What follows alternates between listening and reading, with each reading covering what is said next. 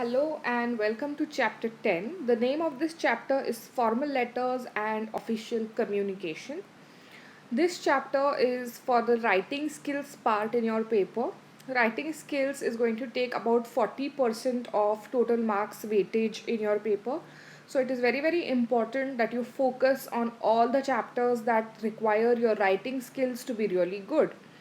So let us see the contents of this video. We are going to see introduction, then we'll see the different types of letters, points to remember, format of a formal letter, types of business or official letters, and official communication.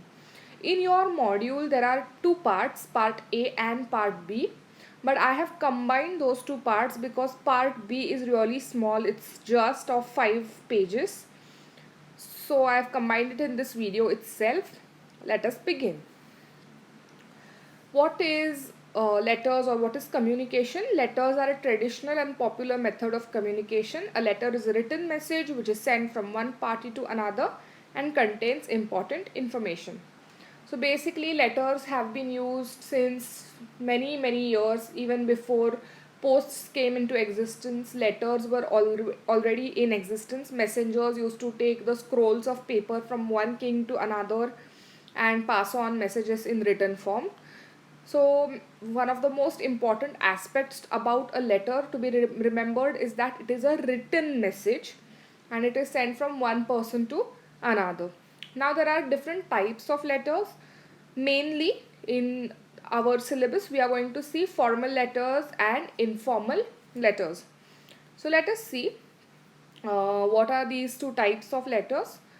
A formal letter is used for official and professional communication. They are written with a particular well-defined objective or set of objectives in mind and not for the sake of arbitrary correspondence. As opposed to informal letters, there is a manner prescribed for writing formal letters.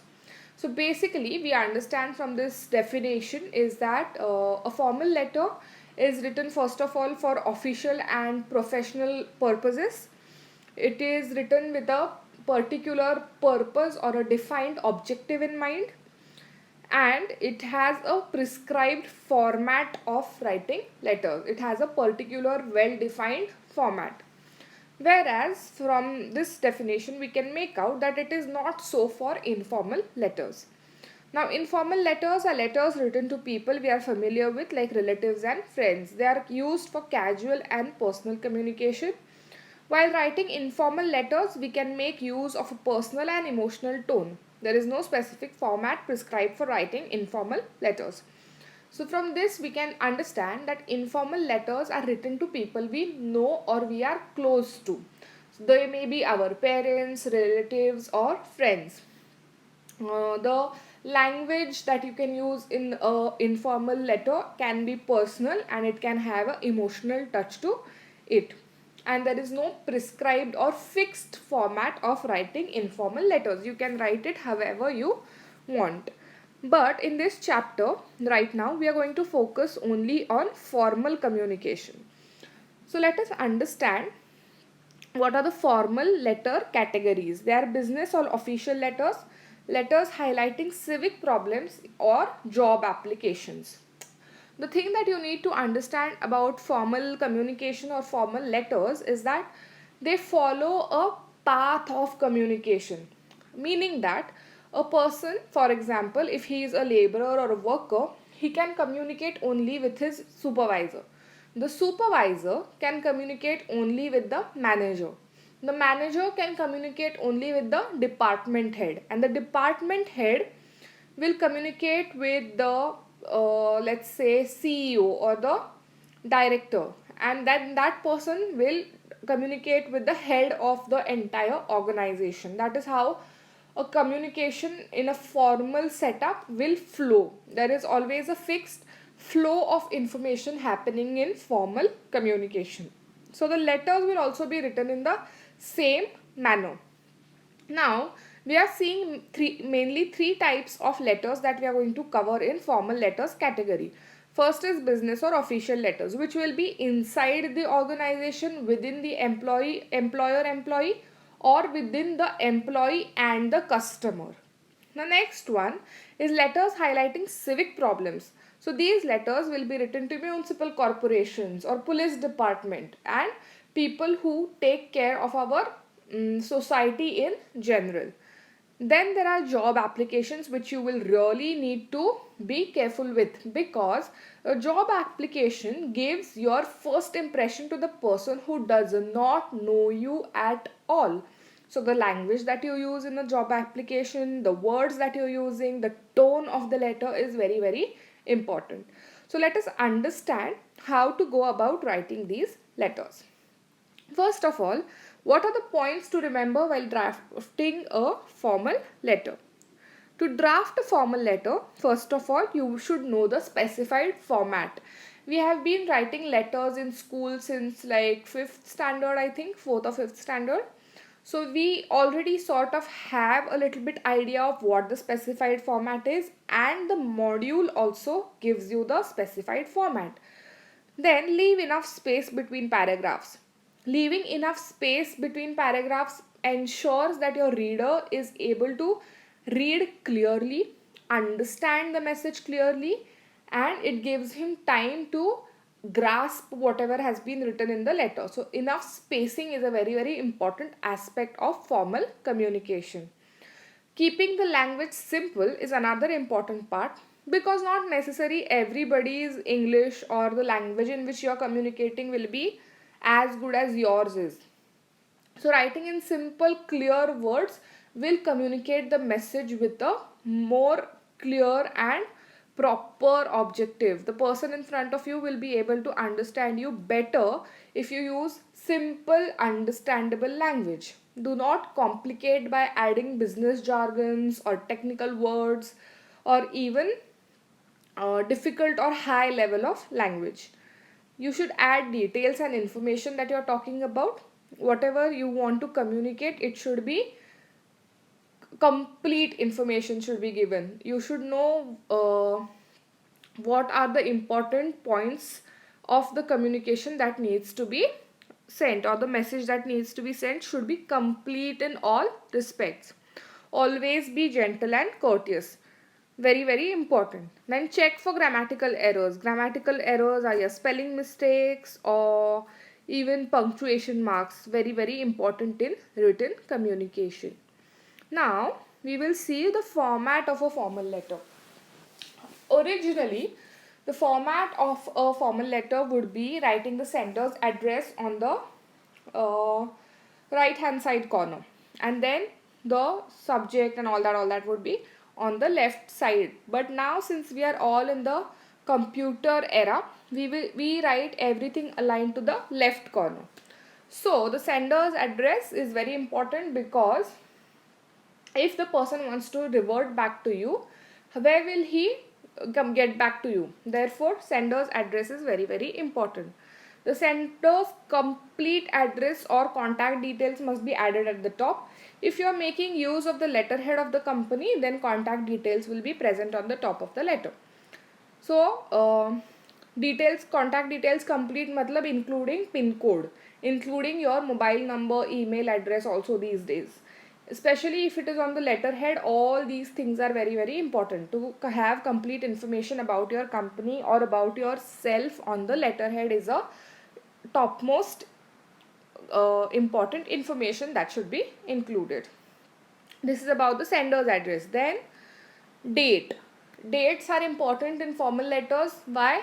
So that if you have to track the first letter or the second letter or the third letter, you can quote the date on which the letter was written or received by you. Therefore, writing dates in formal letters is very, very important. It is important to add the dates, because if you want to communicate further, then adding the date can make it easy for you to keep a tab on your letters. That's why writing dates in a formal letter is of utmost importance. Then salutation. Salutation is nothing but your greeting part, like hello, hi, how are you? So in a letter, you will write dear whatever, sir, madam, or you will write dear Mr. XYZ. If you know the person's name, it is always better to communicate on name basis. But if you do not know whom you are communicating to, or you're communicating with that person for the first time and you do not know the name of that person, it is better to write dear sir slash madam or dear sir or madam. Whatever you find easy or you find appropriate can be used. But if you know the name of the person, it is always advisable to use the person's name. Be sure of that person's name ka spelling and only then write the spelling. The next part is the subject. Now, the subject is the most important part in a letter. Why? Because when when I am a person of importance or when I am a person at a very high position in an organization, I usually will get a ton of mail meaning letters.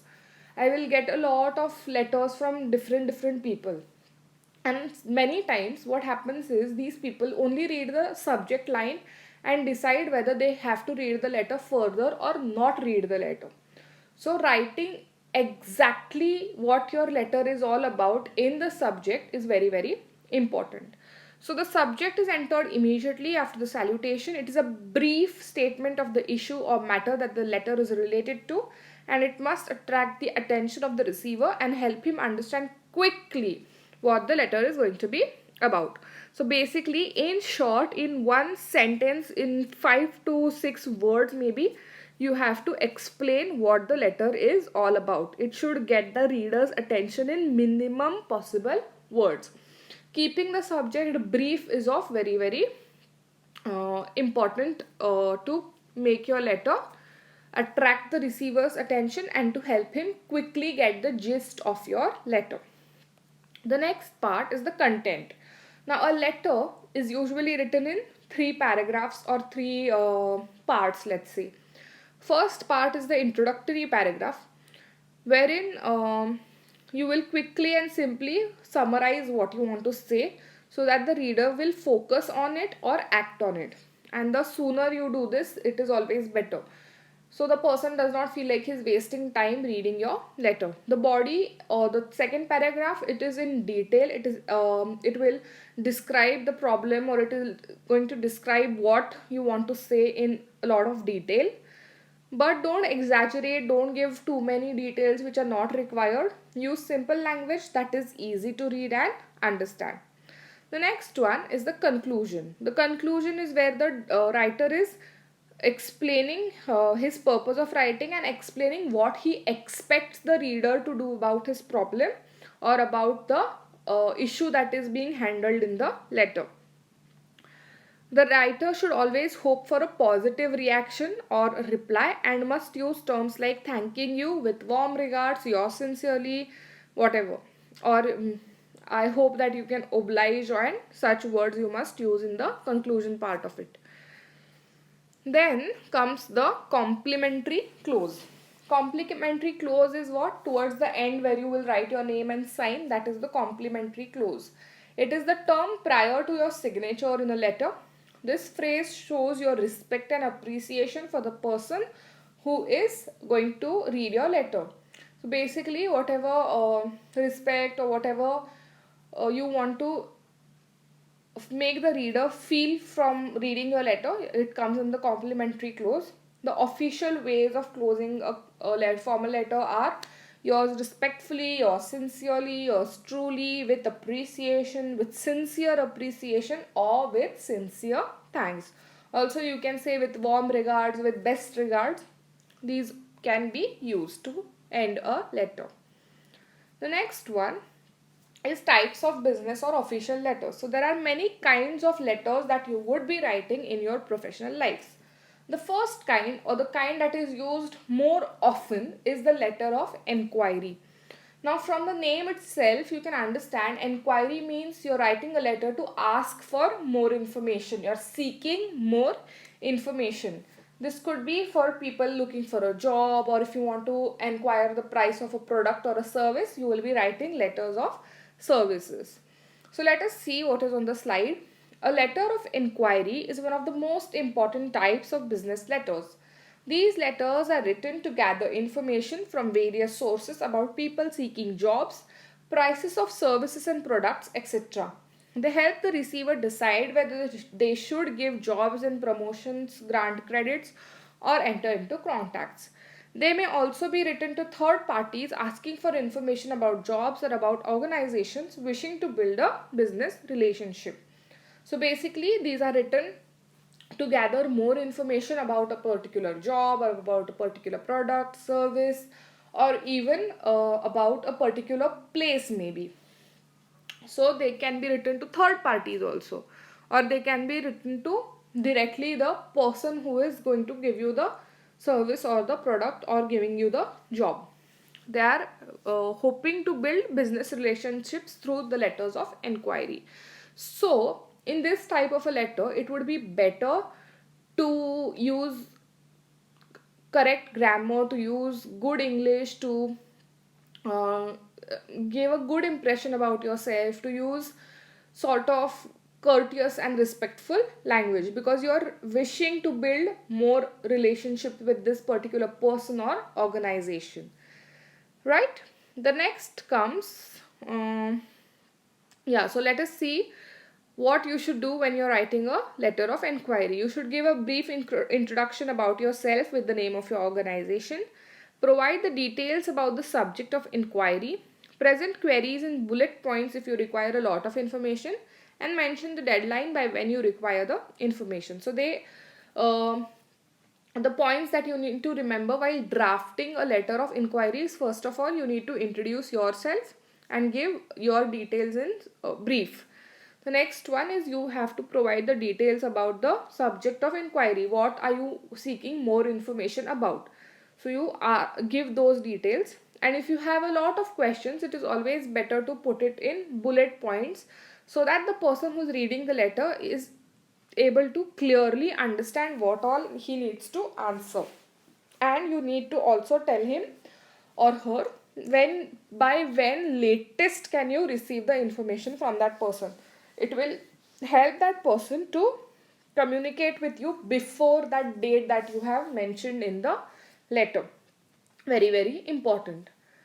The next one is order letters. Order letters are obviously written by a buyer to a seller, and they are about requesting him to deliver the goods to you. And what these letters will usually contain three main major or most important types of information. First will be details about the item or product being ordered. So you have to provide the details about what you have ordered. Then information relating to shipping, about how that product is going to be shipped by courier, by post, or by any other method. Information relating to payment, how you are going to pay that for that product. Okay, it may be either through NEFT, RTGS, or by any of these apps that you have. So information relating to payment, all these three types of informations are the most important part of an order letter. The next is letters of complaint. Letters of complaint, as you can understand from the name itself, are about you showing your unhappiness towards a product or a service that you have purchased or availed. So, a letter of complaint enables us to notify an individual, company, or business that we are dissatisfied with the product purchased or a service received from them. So, our dissatisfaction is to be portrayed through our letter of complaint. So, how do we go about it? First of all, when you are writing a letter of complaint, you should give a clear and detailed description of the problem. If you explain the problem, it will be easier for the person to solve your problem. So, giving clear and concise and detailed information about the problem is very, very important. Include important dates. So, writing the dates is very important because sometimes the product may be in warranty or guarantee. So, that helps with the dates. When you have purchased the product, how many days did you use it, when the problem started occurring, then whom did you contact for the first time, second time, and all these things. Give details of what action you have taken up till now to solve the problem. So very important, like I said, if you have communicated to someone before, writing that first step of action is also very important. For example, let us take that you have purchased a washing machine. For 1 month, the washing machine has worked fabulously. Suddenly, after 1 month, some issue has come up and the machine is not working anymore. So firstly, whom will you contact? You will contact the person or the shop from where you purchased it, right? Then that person tells you that he will contact the company and get back to you. But after 15 days also nothing has happened. So now you get furious. You call the call center and you tell them this has happened and nobody is paying any attention to your problem. The call center guys will tell you that sir, we'll get back to you in 24 hours. Even after 48 hours nobody has gotten back to you. So now is the time when you will write a letter of complaint to the company or to the manager or the regional head or whatever. So all these details in that letter should be communicated. When you purchased the machine, when the problem started occurring, whom did you contact first? All these details are very, very important. Ask for a response. In a letter of complaint, asking for a response is very, very important because you need that problem to be solved. So asking when will this problem get solved is very, very important. Attach a copy of any supporting or relevant documentation. For example, purchase bill or service contract are very, very important documents that support relevant information. Never make personal accusations or allegations. Accusing a person personally or a individual personally in an organization is never the right way of going about in a letter of complaint. So you should never make any accusations or allegations. Avoid discussing any other concern besides the complaint at hand. So you should not discuss any other problems. Just discuss whatever your problem is and it will be solved. So avoiding any personal conflicts and personal anger or personal grudges is the best way to write letter of complaint. The next one is reply to a complaint letter. Now, a reply to a complaint letter will be given by the service provider or the person from whom you have bought the product. So, the way a firm or a business responds to complaints and unhappy customers impacts its reputation more than most other things. Customer service has always been an important part of developing brand loyalty. With the increasing competition in the market, it's becoming even more critical for companies to provide great customer service. Initially, in the olden days, after a product was sold, the company would just lift its hands up and say, now we are not anymore responsible for your product. But over a period of time, and with a lot of competition from even global competitors, after sales service has become very, very important. If I do not get good after sales support or good after sales service, I would think twice about buying any particular product or service. So how to reply to a letter of complaint is a very, very important part of this after sales service part. If you want to develop and maintain good relations with your customers or clients, it is very important to reply in a understanding manner to a complaint. For example, in the example we took before about the washing machine, understanding that my customer is having severe problems because of the washing machine and it being monsoons and the clothes not drying and he having to wash his clothes by hand, or because of the lockdown there's no maid. So understanding and giving that person that sympathy is very, very important in a reply to a complaint letter. So let us see what are the points to be remembered while writing a complaint letter. Address clearly and specifically the problems and issues brought up by the customer. So you mention in clear words or clear language what you're going to do about the problem.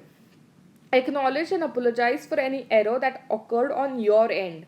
Very, very important. Accepting your mistake or accepting your error and apologizing for the same is the most important aspect in a letter of complaint, replying to a letter of complaint. So if you accept the problem, the customer will become a little bit quiet and composed, because he realizes if you accept the mistake you will act on it, but if you deny it, it will aggravate the customer more, he will get more aggressive. So better to accept your mistake and apologize for it. Explain to the customer exactly what you plan to do or may have already done to resolve the problem. So telling the customer what actions you are going to take or what actions you have already taken are very, very important for the person to calm down. If you Give him a detailed plan about how you are going to solve the problem. It will help the person to feel as if his problem is being heard and it will be solved sooner. And you assure the customer that he will never experience such problems in the future and propose how you will improve his experience. So in most after sales service calls, if you see, you will get a feedback thing. The person will tell you, after this beep you will get a survey, so please give us your answers. That is one more way of telling the customer about how they are going to improve on their service. And you assure the customer that such problems will never occur. You give him that assurance through your words, through your actions, that he may never have to experience such a problem. Very, very important. Then what are the types? Another type is a promotion letter. Promotional letters are what? They are giving some offers, or they are promoting their product or service or brand. So promotional content refers to letters written to customers primarily to apprise them of some new development, like opening of a new branch or some offers extended by them, or new facilities that may have become available. They may even be used to inform customers of new schemes or upgradation from a normal to a privileged category, or to offer promotional discounts. So, like I said, promotional offers or promotional letters are to promote a particular brand or a product or a service. So, what information they may have? Whether a new branch is opening, whether any deal has been extended, if new facilities are being given, or if new schemes or any upgradation is there in their product or service. Or sometimes some companies have a category of privileged customers or loyal customers, so they get special discount, or they have some special offers, and they may get some special discount. So to explain all this, promotional letters are used. How to write a promotional letter? First of all, adhere to business English. So use corporate level English or good level English. Avoid fancy jargons. Text should be to the point and discuss only promotions. So you should write in brief what all offers, or what all upgradation, or what all promotion that you want to make about. Personal topics should not be included, and subject should be clear and precise. So very, very important to write in brief what you want to say. Next are recovery letters. Now, recovery letters are usually written by banks or credit card schemes or any other such schemes where they lend money. So, to receive or recover that money which has been lent by them, they would firstly write a letter. So, recovery letters are addressed to customers or clients from whom money needs to be collected for the goods or services provided to them. The intent behind writing such letters is to recover money without annoying or alienating the customers. Why this part has been included in your CA syllabus, recovery letters, is because you need to recover money from your clients. There are a lot of clients who will not give you money unless you ask for it. Okay. So writing recovery emails or letters to such people is very, very important in our profession. So recovery letters are written to such people. So how do you write this recovery letter? First of all, use polite language and a gentle reminder.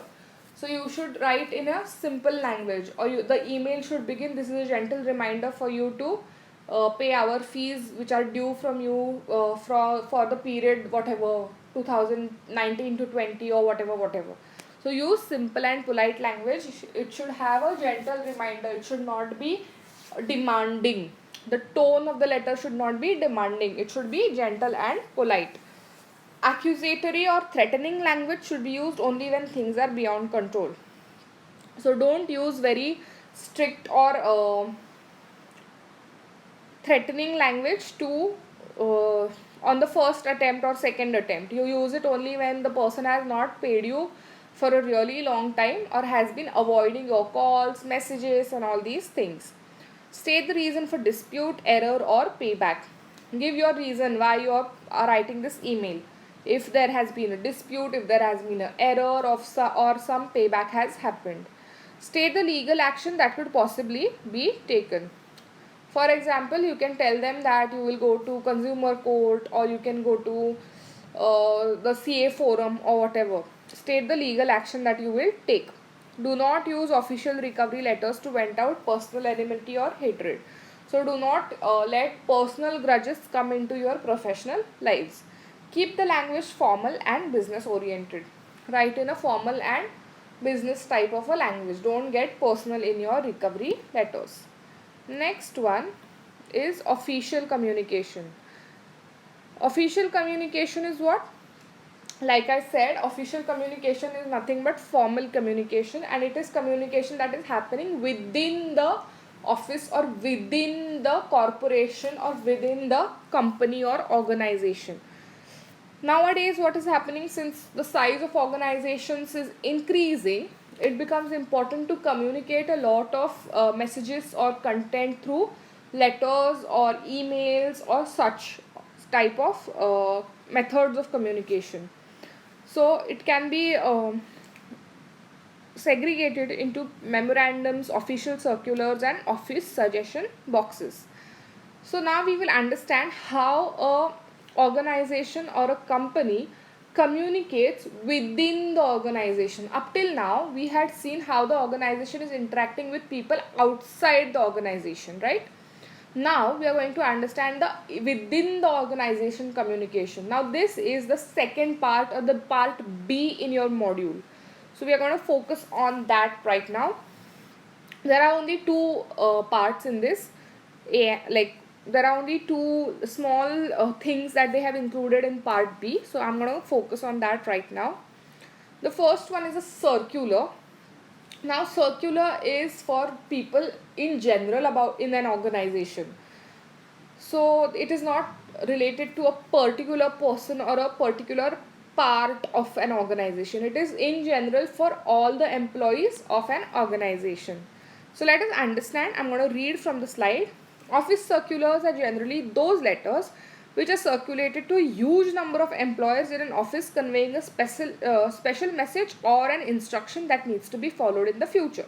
For example, if the office timings are changing or if there's a particular dress code that needs to be followed, that will all be communicated through an office circular, because everybody, each and every employee needs to follow that rule or follow that information or get that information. So therefore office circulars will be used to communicate information that needs to be received by a lot of employees at one time or throughout the organization if you want to communicate.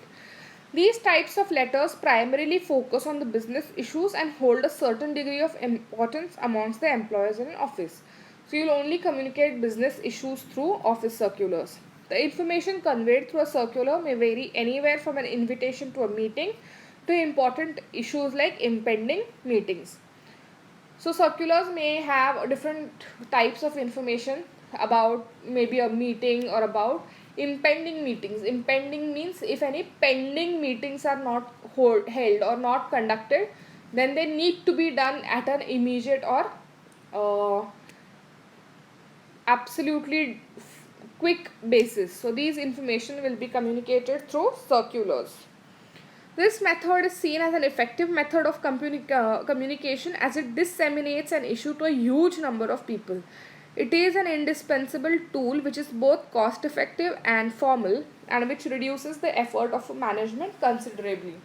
Writing a circular is very easy compared to writing a email or a letter to each employee individually. So writing a circular is doing many things at one go. First of all, it is conveying that message to a lot of people at the same time. Secondly, it is saving cost, it is saving efforts, and the management can always refer back to it on a particular meeting or a particular circumstance if it needs to, that we have communicated such and such information to you by circular dated so and so. So this is a very important part about circulars. And the next one is about a memo. Now a memo is more specific. It is written to a particular person to convey any kind of information that you want to convey to that person. It can be to remind him about something, or it can be to point out if something that he has done or is doing is wrong and strict action will be taken on him, and all these things are in a Memo. So let us understand. A memo is used as a means of official communication within a company or an organization. The word memo or memorandum means reminder and is frequently used to inform people within the organization about policies, procedures, etc. It is often written from a one to all perspective, like mass communication, broadcasting a message to an audience rather than a one on one interpersonal communication. Okay, so first of all, let us get the difference correct from circulars and memos. Circulars are written to a lot of people at one go. It can be to people even outside the organization. For example, if you are a production unit, so you may write a circular even to your sellers, or you may write even to your people from whom you are procuring the products. But a memo is more within the organization sort of a communication, so it will be written to your employees. Okay, even this is from one to all perspective, but it can also be used as a one to one perspective. Okay, generally they are written to remind a person about something, and it talks about policies and procedures generally. So this is what a memo is all about. So that we will see what a memo has. A memo typically has 5 functions. First of all is to remind. The second is to highlight if any problem is there, or if any thing which has not been happening as per the company's policy and needs to be done, you need to highlight that. To recount. So to recount is again to remind or to give a flashback to a person. To keep a record, to inform or instruct briefly. So to keep a record, if you want to tell a person that so such and such leave has been sanctioned to you, it will be communicated through a memo. So that keeps a record of how much leave that person has taken, or if he has withdrawn money from his provident fund, so that all will come in a memo. To inform or instruct briefly, and to give information or give instructions in a brief manner. For example, if the company's policy has changed, so it will give a memo and it will give information about how that policy has changed and how it will work. And inform and instruct, basically the same thing. So this completes the 10th chapter, and we will meet in the next video. Thank you.